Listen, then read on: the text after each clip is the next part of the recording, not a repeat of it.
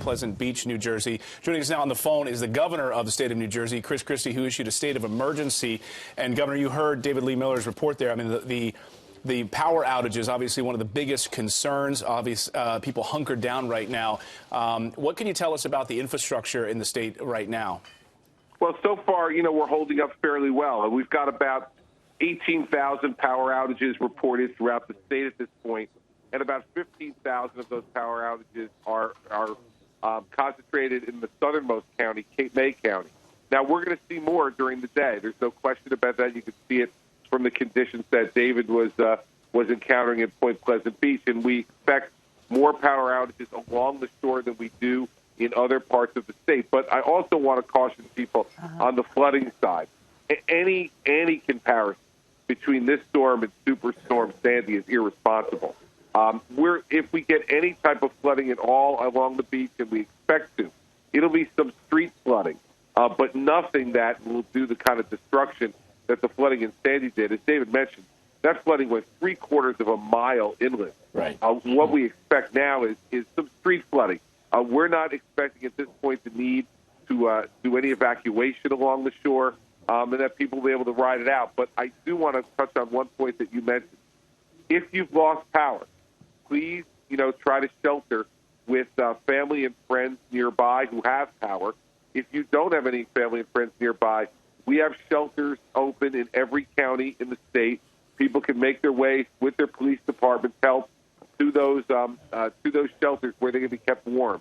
That's what I'm concerned about, is people staying at homes that are cold and suffering in that way. It shouldn't be. We have plenty of shelters open, and if they can shelter with family and friends, obviously that'd be their first preference. Governor, we've seen some huge shutdowns, obviously, in D.C. Metro being shut down. What about some of the public transportation, obviously, concerns when that would be back up and running, if at all, over this weekend?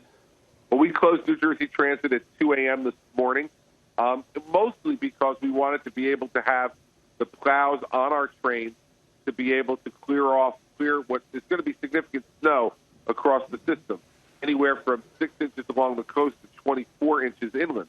So we want to be able to continue to clear those tracks and keep the switches heated. We can't yet tell. We won't know until the end of the day today when we'll be ready to reopen New Jersey Transit service. But certainly our hope would be to be able to open it either later tonight or on Sunday.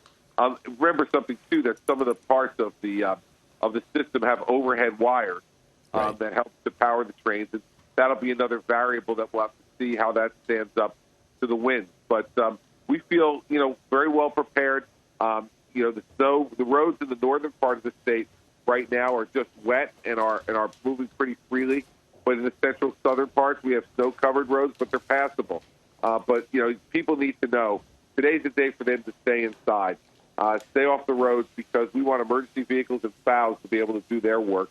And if people go out there now, they could really take the risk of being stuck, and then not only risk their health, but it risks our ability to be able to make this much safer for everybody else. You got it, Governor, and putting the risk of the first responders that would have to go out there and save them, putting them in danger potentially as well. Are they heeding the warnings? Are they hunkering down and staying inside?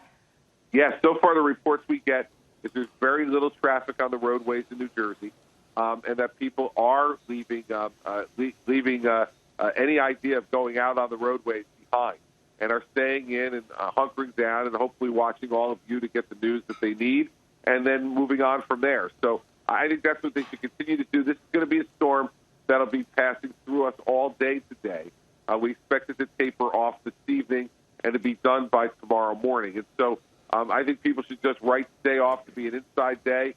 We're going to do everything we can to try to make sure that they're comfortable, their power remains on, but we are going to have some power outages due to the winds that you're seeing on your screen. Those winds will help to take some wires down, but we've got our power companies ready to go out there as soon as it's safe for the utility workers to be able to restore our power. Absolutely, Governor. Very briefly, we're looking at images here at Point Pleasant Beach, which are stark for the viewers. Obviously, you're not comparing this to Superstorm Sandy, but would you anticipate the need for any rescue efforts in any of the more hardest-hit locations?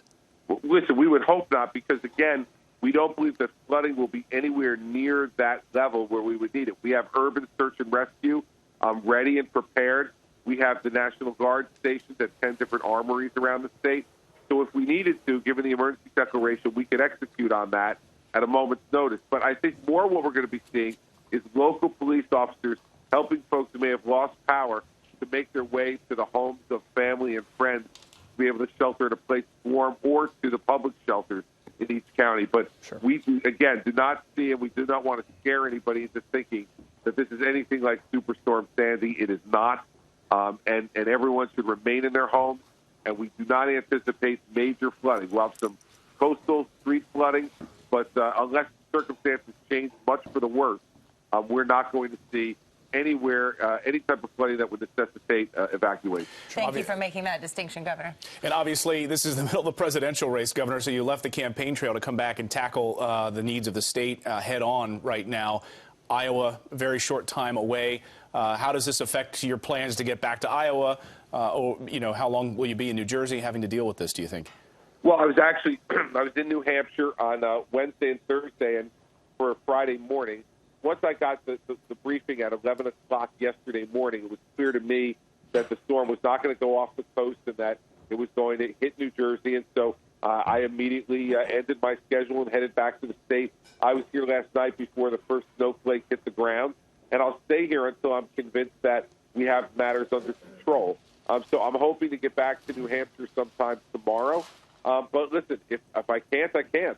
This is my job and my responsibility, and it's my home state, the place I love, and I'm sure not only that the people of New Hampshire understand but are supportive of the fact that this is where I need to be and it's where I'm going to stay until I make sure that our folks have this matter under control. But right now, we feel good. Roads are passable.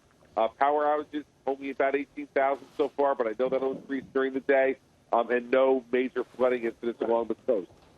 All right, Governor. Governor Chris Christie, thank you so much for joining us, and keep doing what you're doing and making sure you get all that information out to your residents. We appreciate your time today. Well, I appreciate you having me, and the people of New Jersey should know we're doing everything we can to keep them safe, and we'll continue to do that. Okay. Absolutely. All right, thanks, Governor. And speaking of governors,